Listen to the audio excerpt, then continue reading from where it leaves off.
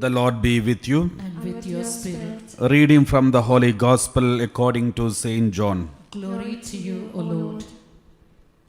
Just before the Jewish Passover, Jesus went up to Jerusalem, and in the temple he found people selling cattle, sheep and pigeons, and the money changers sitting at their counters there. Making a whip out of some cord, he drove them all out of the temple, cattle and sheep as well, scattered the money changers' coins, knocked their tables over, and said to the pigeon sellers, "Take all this out of here and stop turning my Father's house into a market." Then his disciples remembered the words of Scripture, "Zeal for your house will devour me." The Jews intervened and said, "What sign can you show us to justify what you have done?" Jesus answered, "Destroy this sanctuary, and in 3 days I will raise it up." The Jews replied, "It has taken 46 years to build this sanctuary. Are you going to raise it up in 3 days? But he was speaking of sanctuary that was his body. And when Jesus rose from the dead, his disciples remembered that he had said this, and they believed the Scripture and the words he had said. The Gospel of the Lord. Praise to you, Lord Jesus Christ. Please be seated. Praise the Lord. Hallelujah. My dear brothers and sisters, today on this feast of the dedication of the Basilica of St. Lateran Basilica, the church has given us to reflect the cleansing of the temple. Jesus cleanses the temple. Praise the Lord. Hallelujah. My dear brothers and sisters, this is very important. Before I start speaking about the cleansing of the temple, let me remind you about one thing. You know, there are many people who used to ask me, "Father, why don't you all start Bible studies and something connected to Bible study?" Though we have every live streaming, we do have the preaching, but a lot of it is also connected to Bible studies. So today I would like to have a small Bible study about this Bible passage which you just heard, because this is a very important passage. Praise the Lord. Hallelujah. Thank you, Jesus. Praise you, Jesus. Hallelujah. So, my dear brothers and sisters, we read in the Word of God about when for example, the temple, cleansing of the temple, when it is mentioned about the cleansing of the temple in Gospel of Mark, it says like this. Let us read Gospel of Mark chapter 11, verse 15 onwards. 11:15 onwards. Gospel of Mark chapter 11, verse 15. Then they came to Jerusalem, and he entered the temple and began to drive out those who were selling and those who were buying in the temple. And he overturned the tables of the money changers and the seats of those who sold doves. Continue. And he would not allow anyone to carry anything through the temple. Verse 17. He was teaching and saying, "Is it not written, my house shall be called a house of prayer for all the nations, but you have made it a den of robbers." Now, my dear brothers and sisters, you must have heard this Bible passage, the cleansing of the temple, many times in your life. I too have heard this Bible passage many times from my childhood. So there were so many explanations were given. But if you know the background of it, then you will understand exact the reason why Jesus spoke like this. I have seen many people giving an example saying because there was selling and buying and all those things inside the temple, that's why Jesus chased them out, because Jesus wanted the place to be holy. And there are people who say it was okay to sell and buy things inside the temple, but they were cheating. extra amount was asked from the people, and then there was cheating going on. That is what Jesus did not like. That is why Jesus chased everybody out. There are so many interpretations like this.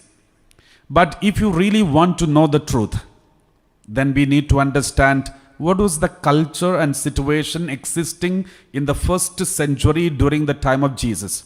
We need to understand. So today's gospel, I would like to speak to you in 3 sections. The first one about the temple.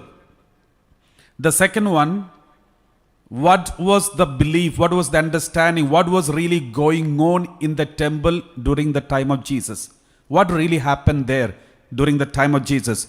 When we reflect about something that happened 2000 years ago, then we need to be very much aware what was really happening on that time. Otherwise, we may misinterpret the Bible passages.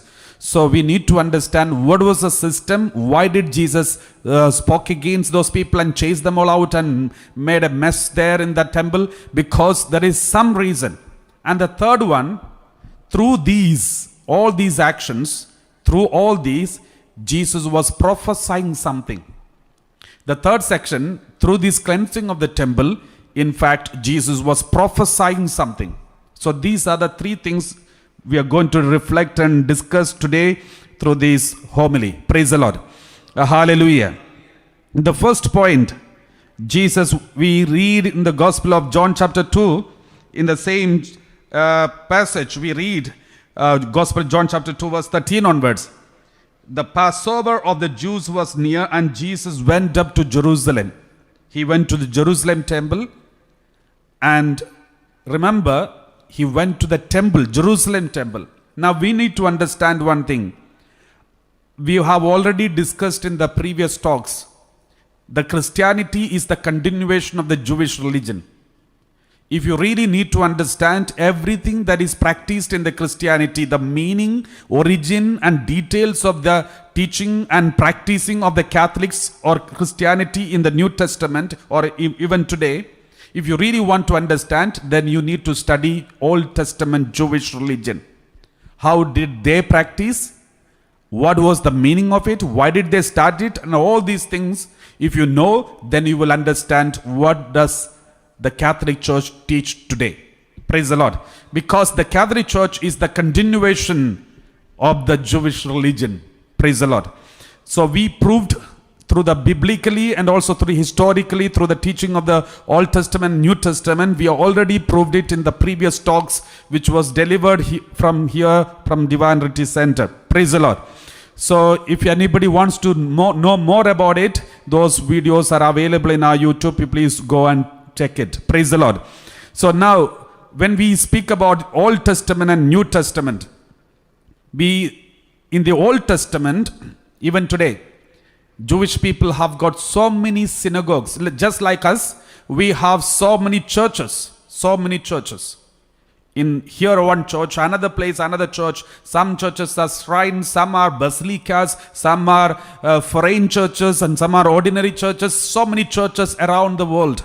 In every church, there is Holy Eucharist celebration take place. But in Jewish religion, they do have synagogues. Their churches are called synagogues. But at the same time, they have only one temple. One temple and so many synagogues. Synagogue means the Greek word synagogue, the meaning of, it's a Greek word. The meaning of synagogue is assembly. So synagogue means where people assemble. Praise the Lord. So in the temple, there is only one temple for Jewish people, only one temple. What is the reason? Because in only one temple was the idea of our Lord God. A heavenly Father wanted only one temple. He always focused on one temple.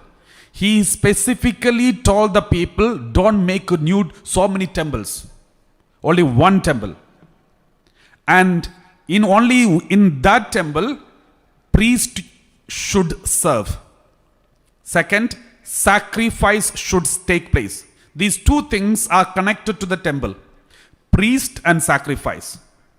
In the synagogues, the priest is not needed. Sacrifice cannot be celebrated. There is no sacrifices taking place in the synagogue. Synagogue, they come together and they worship God. They may read some Bible passages from the Old Testament and then they go. That's the only thing that happens in a synagogue. But in the temple, there is sacrifice.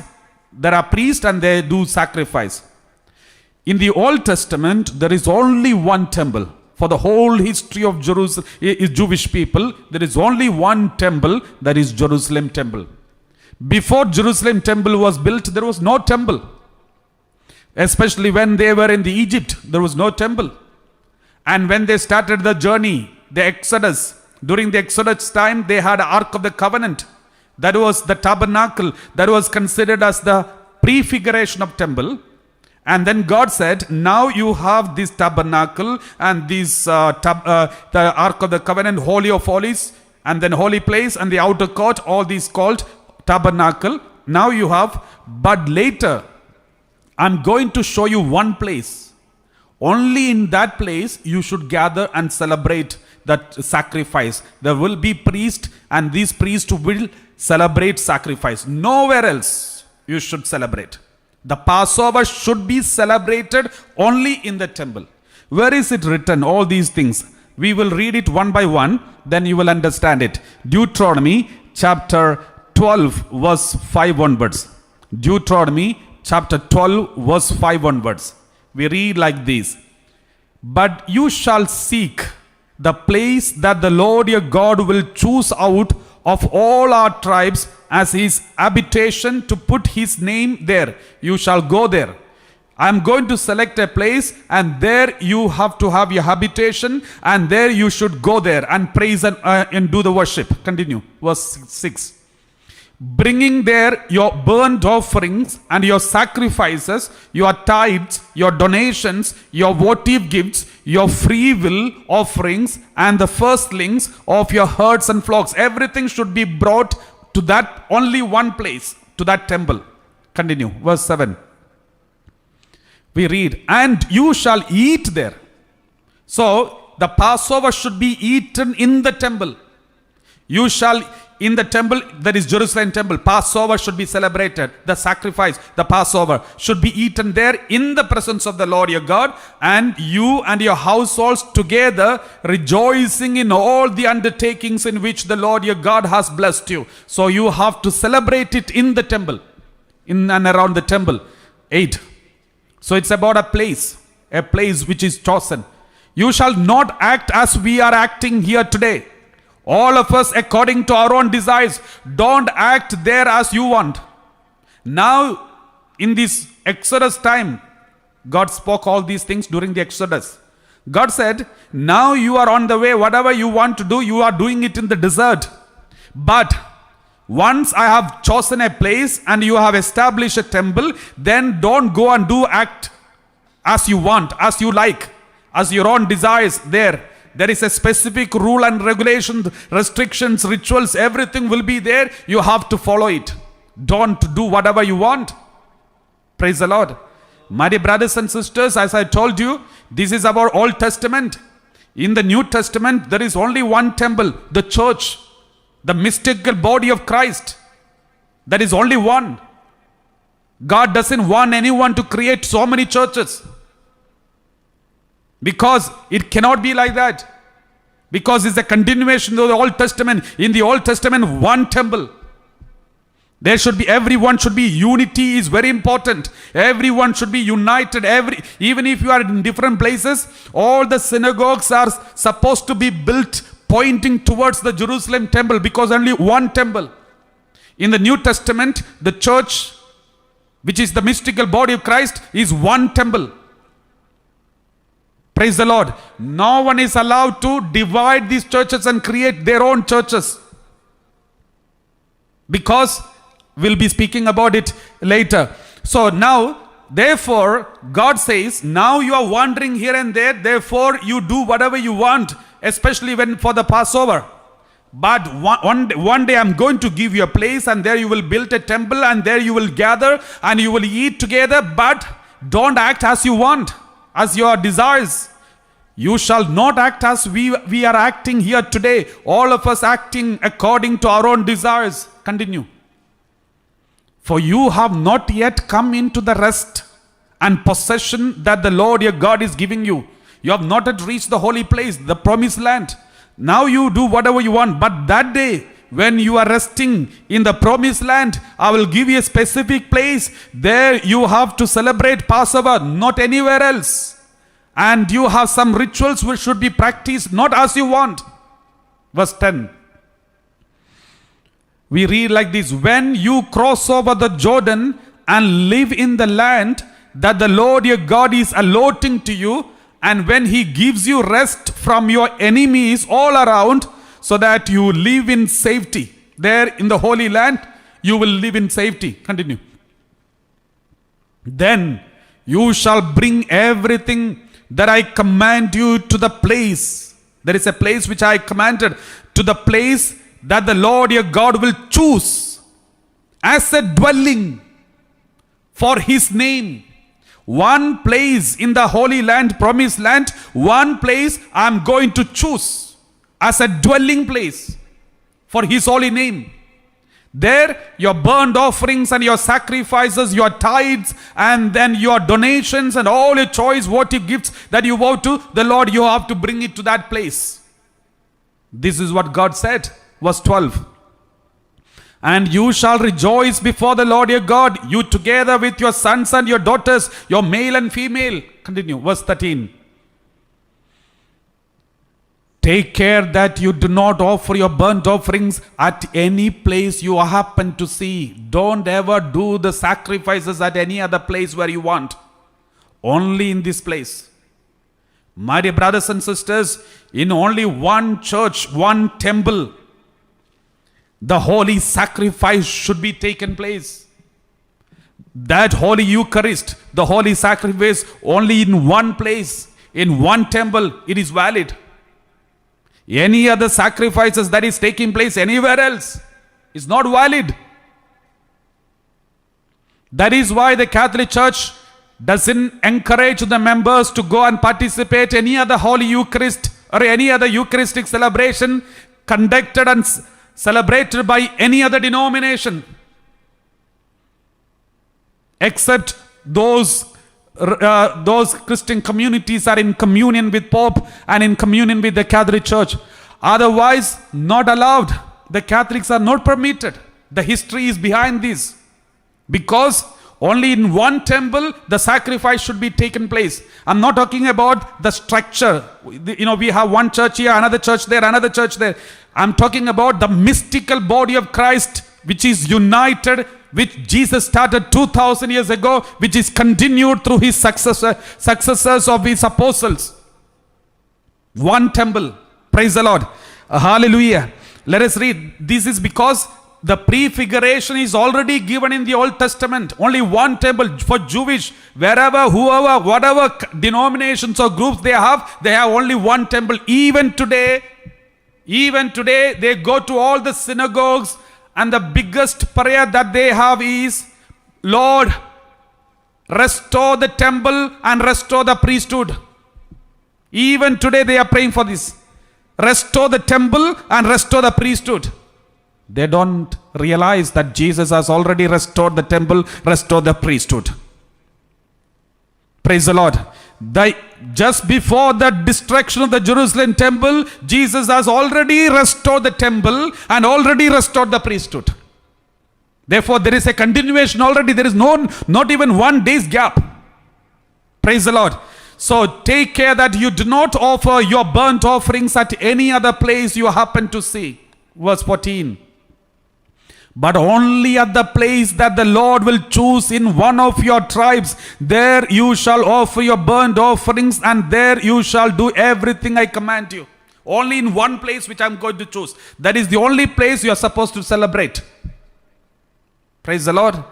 My dear brothers and sisters, in the Old Testament, one temple means one structure.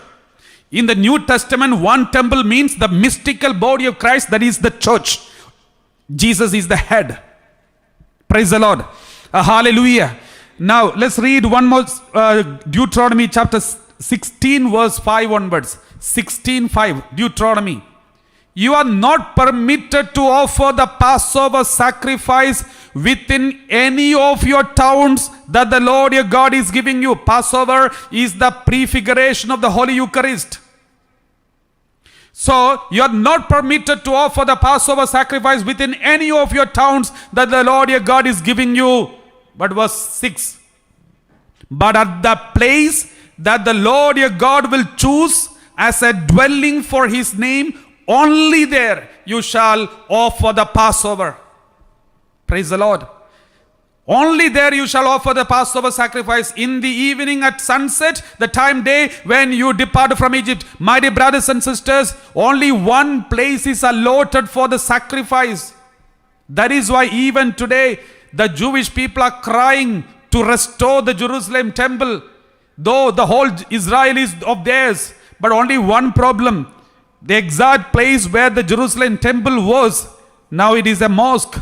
Therefore, they cannot build the Jerusalem temple. So they are crying and praying every day to restore the Jerusalem temple and restore the priesthood. Since the day the Jerusalem temple was destroyed, priesthood also stopped. Therefore, they are praying for that for the last 2,000 years. Without even realizing that the church, the temple is already restored. The priesthood is already restored by Jesus. And this prophecy is there in today's reading. We will explain to that. Praise the Lord. Now, where is it written that Jerusalem temple is the place which God has chosen? God has already said the place which I am going to choose, which I am going to choose, which I am going to choose. But where is it written that Jerusalem temple is the place where God has chosen? 2 Chronicles chapter 7 verse 11 onwards. 2 Chronicles chapter 7:11 onwards. We read like this. Thus Solomon finished the house of the Lord. Jerusalem temple was built by Solomon. Solomon finished the house of the Lord and the king's house. All that Solomon had planned to do in the house of the Lord and in his own house, he successfully accomplished. He built a beautiful Jerusalem temple in Jerusalem. Then verse 12. Then the Lord appeared to Solomon in the night and said to him, I have heard your prayer and I have chosen this place for myself as a house of sacrifice. God said, I have chosen this place. Looking at the Jerusalem temple, and he said, this is the place chosen by myself as a house of sacrifice. Verse 13. When I shut up the heavens so that there is no rain, or command the locust or devour the land, or send pestilence among my people, when there are all the calamities, all the tragedies, pandemic, everything takes place. Verse 14. If my people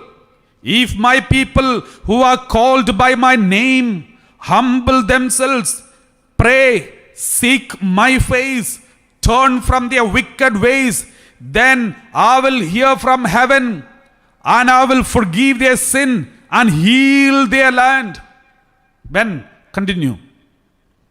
Now my eyes will be open and my ears attentive to the prayer that is made in this place, in Jerusalem temple, which is the prefiguration of the New Testament church. The temple that is Jesus' body. The whole body means the whole church. The whole church is considered as one temple. Praise the Lord. Continue reading verse 16. For now I have chosen and consecrated this house so that my name may be there forever. Now remember, God has already prophesied, my name be there in this temple forever. If God's word is powerful, now how come the forever is not taking place? 2000 years ago, the temple is destroyed and no more temple. Do you think our God made a mistake, or his prophecy, whatever he commanded, is not taking place? If what the Jewish people believe, if we continue to believe that, then the power of our Yahweh is questioned. we have to doubt his power. God already said, my name, I have chosen this place and consecrated this house so that my name may be there forever. My eyes and my heart will be there for all time. If my eyes and my heart will be there for all time, if that is the case, how come 2000 years ago, AD 70, Jerusalem temple was destroyed? If my heart and my eyes is there always. Because AD 70 the temple was destroyed, because AD 30 this temple is already handed over. This priesthood is also already handed over. The day when Jesus told Peter, Peter, you are the rock. On this rock I will build my church. The keys of this church is here to you, and handed over the keys. By doing so, the temple, the foundation rock, the Ivan Shettia is already changed into Peter. The keys of the temple is already handed over to Peter, and the temple, and made him the priest, high priest. And therefore, the temple is already transferred in AD 30 itself. And that was the reason God permitted in AD 70 so that the temple to be destroyed completely, and the priesthood also should be ceased to exist.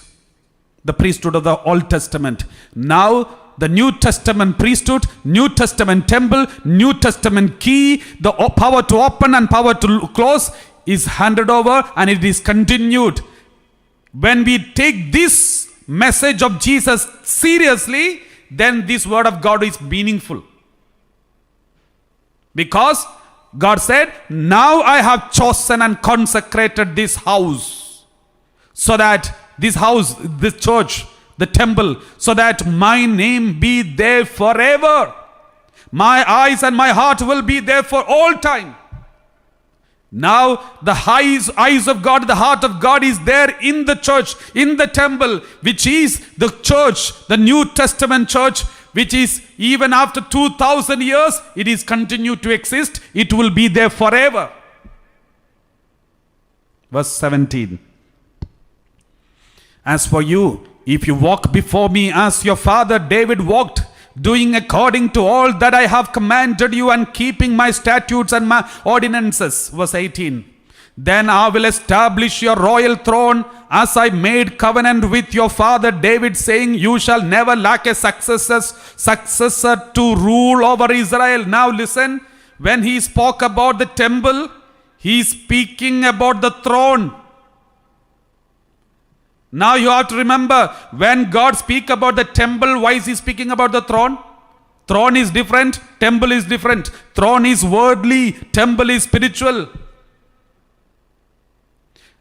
What does it mean? It means a spiritual throne. In order to understand it, we have to remember, when Jesus was going to be born, what did angel say? He will sit on the throne of his ancestor David. Angel Gabriel came and told Mother Mary about the birth of Jesus. He will sit on the throne of his ancestor David. And now next one, then I will establish your royal throne. To David, God said, I will establish your royal throne in the temple. Not in palace, David's palace, but in the temple. Even today we know the royal throne of the successor of the disciples of Jesus. Jesus was sitting on the throne, and he says, as I made covenant with your father David, saying, you shall never lack a successor to rule over Israel. New Israel, the holy church. New Israel. You shall never lack a successor to rule. The successor of Jesus, the successor of Peter, and never lack. Continuing even after 2000 years. There is no organization in the whole world which is lasted more than 100 or 200 or 30, 500 years. Here 2000 years. Because the eyes of God and the heart of God is there in this house, the temple, the church. Verse 19.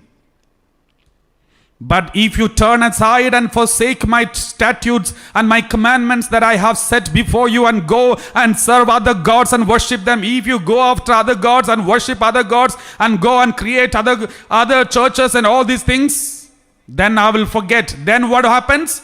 If you do adulteration, if you do mischievous things, if you compromise with my teaching, what will happen? I will pluck you up from the land that I have given you. Your land will be taken by people.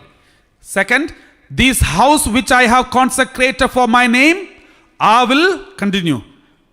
I will cast out of my sight. What does it mean? God said, this is a holy place. This temple is so precious. But if you don't listen to me, if you don't listen to me, if you don't obey me, if you don't accept me, then I will destroy this temple.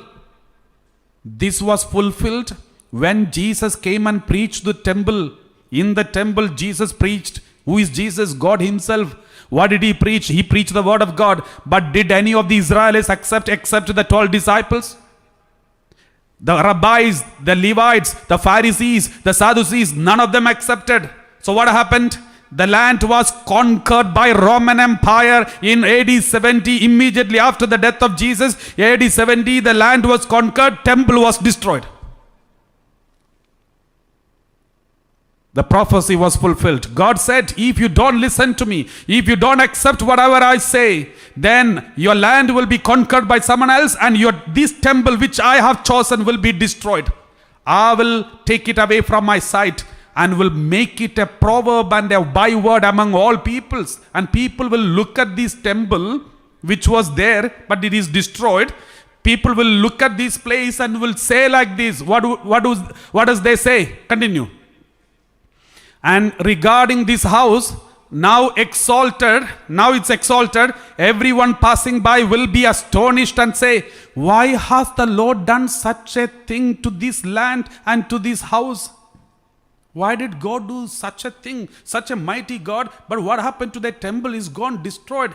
Let me tell you, for the last 2000 years, everyone who goes to Jerusalem temple, today's Jerusalem, everyone look at that pathetic situation and a small remnant, a small wall of Jerusalem temple. Everybody said, why did God do these things to these people, to this house? I remember some time back, we went to Holy Land and we were standing in front of the Wailing Wall, such a huge wall, but only a small portion is remaining there. We were also praying there and looked at this, and I made a comment like this: why did God do this? Why did he allow these things to be destroyed? When I was reading this passage, I remember this is also prophesied. All those who passes by, they all will say this. Praise the Lord. The meaning is already given to us, my dear brothers and sisters. Next one, verse 22. Then they will say, because they abandoned the Lord, the God of their ancestors, who brought them out of the land of Egypt, and they adopted other gods and worshipped them and served them. Therefore, he has brought all this calamity upon them. My dear brothers and sisters, though God destroyed that Jerusalem temple, God took away the priesthood. He did not give up hope. He did not give up hope on people. That's why before the creation, even the small remnant of the Israel, who is the remnant of Israel, the 12 apostles, and the followers of Jesus, out of them, God built another temple, the body of Christ, the church. The God started another priesthood, not the Levite priesthood of Jesus, Melchizedek, and it is continuing even after 2000 years. Praise the Lord. So this is very important. Therefore, God wants in the Old Testament only one temple. In the New Testament, therefore, only one temple. There should be only one temple. One temple means one church, not thousands of churches with all conflicting ideas. This is not the plan of God. My dear brothers and sisters, if there is anyone, any Protestant denominations or anyone who is listening to me, please forgive me. It's not to offend anyone, but just to tell the truth, just based on word of God, nothing else. Praise the Lord. Nothing personal. It is just biblical. The biblical is this: God wanted only one church. That is why Jesus prayed, Father, as we are one, let them be one. We read 1 Corinthians chapter 3 verse 16. 1 Corinthians chapter 3 verse 16. Can you read? Do you not know that you are God's temple and that God's Spirit dwells in you? You know, every time when I hear this word of God, I always used to think, my God, my body, one temple, another person's body, another temple. So likewise, so many temples. Each one's body is a temple of God. Yours is a temple of God, mine is a temple, and theirs is temple. This is what I always used to think. But when I was reading this whole chapter, then I knew this was not just one. I'm not one temple, but I'm part of one temple. All of us together, one temple. All the Christians together, one temple. And now Saint Paul says to the people of Corinthians, don't destroy the temple. If anybody destroy the temple, God will destroy them. What does it mean? Because there is a reason why Saint Paul said like this. It is not because they were individually committing personal sin. If you read in the same chapter, 1 Corinthians chapter 3, verse 5 onwards, read. What then is Apollos? What is Paul? Servants through whom you came to believe, as the Lord assigned to each. Continue. I planted, Apollos watered, but God gave the growth. Verse 7. So neither the one who plants nor the one who waters is anything, but only God who gives the growth. 8 verse 8. The one who plants and the one who waters have a common purpose, and each will receive wages according to the labor of each. Verse 9.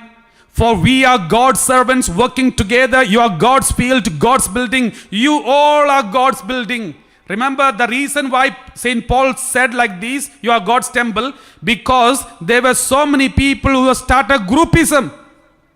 Some say I belong to Paul, some said I belong to Apollos, some said I belong to Martin Luther, some said I belong to Calvin, I belong to someone else, I belong to Baptist, I belong to Seventh-day Adventist, I belong to Yahwist, I belong to Pentecostals, I belong to denominations. Looking at these, St. Paul said, you all are the temple of God. If anybody by putting divisions and denominations destroy this temple, God will destroy. That is why any denomination, if you look into the origin of your denominations, the denomination which started without the common purpose, which is common purpose is one temple. Without knowing this meaning of one temple, all those who started denominations, why don't you look at those denominations divided into thousands.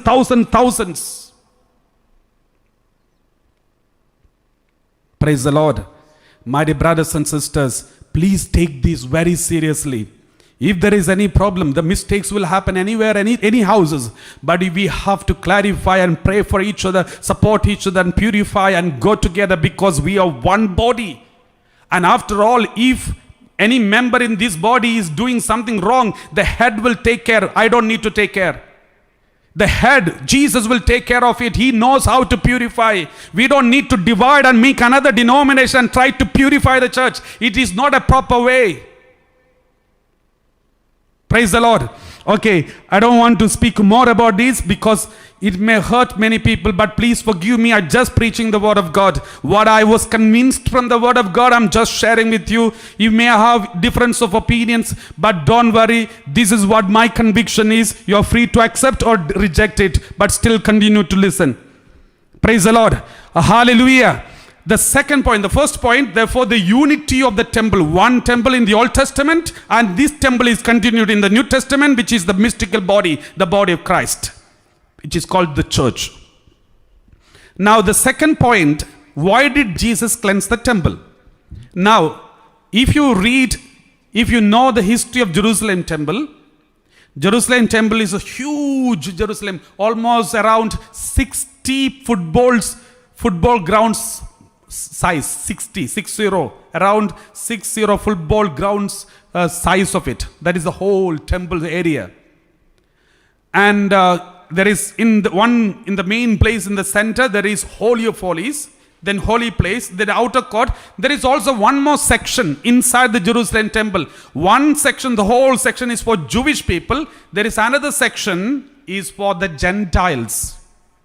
So there are two special sessions in this whole area. One section only for the Jewish people. That is the most important place.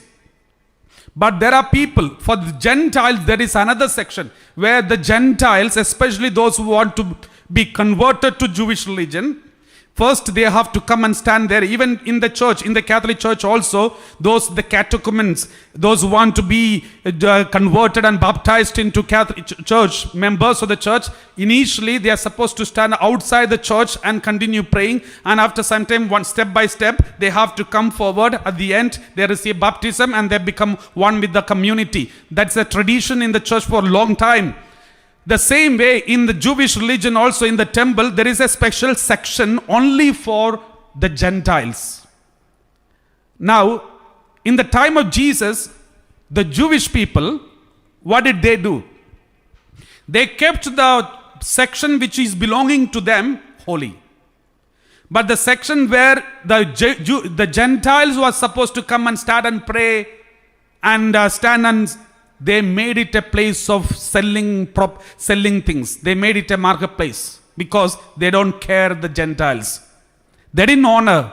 They didn't want anyone to join because they were so proud of their identity. They didn't want others to be coming and joining with them. Therefore, they did not give value for this. They did not give value for these people who are coming inside. Therefore, the section which was meant for the Gentiles from all the nations, that is why money changes. Why money changes? Because so many people from different nationalities come from different coins. It has to be converted, currency converter. So that is why the money changes are also there. So different nationalities people used to come, but the place which was allotted to the Gentiles, they made it a marketplace. But the place which is allotted to the Jewish people, they kept it very holy and sacred. But the place which is Gentiles, they desecrated. That is why Jesus was so angry. He came and cleansed that place and he made a statement. What was the statement he made? Then you will understand exact meaning. He said, my house should be called house of prayer for all nations. Not only Jewish people. It is not only meant for the Jewish people, but also for all the nations. He was quoting Isaiah. The reason was the Jewish people rejected the other nations. They didn't bother about the Gentiles. They didn't value them. Praise the Lord. If you want to know exact understanding, then we read Gospel of Mark chapter 11 verse 17. Gospel of Mark chapter 11 verse 17. He was teaching and saying, is it not written, my house shall be called a house of prayer for all the nations, but you have made it a den of robbers? So Jesus was quoting from Isaiah. And he said, my house shall be called house of prayer for all nations, but you made it a den of robbers. Praise the Lord. That was the reason Jesus was so angry and cleansed the temple. We have to understand this. And the third point which I'm going to speak to you now, it is also a prophecy about the new temple. Jesus was quoting this Bible passage and he said, my house means the new temple which he is going to build. My house shall be called a house of prayer for all nations. In that temple which I am going to build, all the nations, all the nationalities, not only Jewish people, of course Jewish people were there. They were the beginners, 12 apostles, all of them are Jews. So, not only Jewish people, but all the races, all the nationalities, all of them will come to my temple. That is a prophecy. Where is this prophecy? It is the same prophecy which is written in the Old Testament. Jesus is quoting today in this Bible passage. My house shall be called a house of prayer for all the nations. Where is it written? That is Isaiah 56 verse 7. Isaiah 56 verse 7. We read, these I will bring to my holy mountain and make them joyful in my house of prayer. Their burnt offerings and their sacrifices will be accepted on my altar. For my house shall be called a house of prayer for all the peoples. Now listen, my dear brothers and sisters, in what context Isaiah spoke like this, then you will understand Jesus was prophesying about the new temple. By cleansing the Jerusalem temple, which was not important for Jesus because Jesus knew in 70 this temple is going to be destroyed. So Jesus was prophesying about the new temple which Jesus himself is going to build. And based on that, Jesus said, my house shall be called house of prayer for all nations. Now, in what context? How is he prophesying? If you want to know this, let us read Isaiah 56 verse 1 onwards. Isaiah 56 verse 56. 56 verse 1 on same chapter. Just before what we just read. God says there is a prophecy about what is going to happen to the Jerusalem temple and also what is going to be built by Jesus himself. It is already mentioned here. Thus says the Lord, maintain justice and do what is right, for soon my salvation will come and my deliverance will be revealed. See, there is a prophecy about the salvation. Who is the salvation? Jesus. Who is going to deliver us from the evil one? Jesus. The prophecy about Jesus. Soon my salvation will come. Remember when they were in the promised land, already they are in the promised land. Then God is talking through Isaiah and saying, soon my salvation will come and my deliverance. Verse 2, continue. Happy is the mortal who does this, the one who holds it fast, who keeps the Sabbath, not profaning it, and refrains from doing any evil. Happy are those people. Verse 3. Do not let the foreigner join to the Lord say. Do not let the foreigner who joined to the Lord say. Do not allow the foreigner to say this. The newcomers, the new foreigner who come and join, do not allow them to say this. The Lord will surely separate me from his people. Do not let the eunuch say, I am just a dry tree. You know why these two things are mentioned? Do not allow the foreigner to say, oh, God has forgotten me. Do not allow the eunuch to say, I'm just a dry tree. You know why? Because according to Jewish people, two categories were not permitted to go inside the temple. They were not allowed to come and worship. One is the Gentiles are not allowed to come inside. They have a special place. Only there they should stand. They are not allowed to come inside. The second one is eunuchs. Eunuchs means without children, incapable of producing children. So they also should not enter into the temple. This was the belief of Jewish people. Therefore, these two categories of people are not permitted into Jerusalem temple. But here, as Isaiah is prophesying, in the future, God will make a temple in which foreigners will come and serve and do ministry. They will become priests in the temple, foreigners. And eunuchs will be serving me there in the temple. The prophecy about the celibacy of the priest, you can see here already mentioned. We read, continue verse 4. For thus says the Lord, to the eunuchs who keep my Sabbaths, who choose the things that please me and hold fast to my covenant. Verse 5. I will give to the eunuchs who are holy, who are serving me, who give their whole life to me, who surrender totally to me. I will give my house within my walls, a monument and a name better than sons and daughters. I will give them honor and respect, and also my house will be given to them. I will give them an everlasting name that shall not be cut off. To whom? To the eunuchs. And what kind of eunuch? And all these things we will read. Continue reading. Verse 6. And the foreigners who join themselves to the Lord to minister to him. The foreigners will be serving on the altar, sacrificing. Not Jewish people, not only Jewish people, but the foreigners to love the name of the Lord and to be to love the name of the Lord and to be his servants. Foreigners will be there. All who keep the Sabbath and do not profane it, and hold fast to my covenant. Verse 7.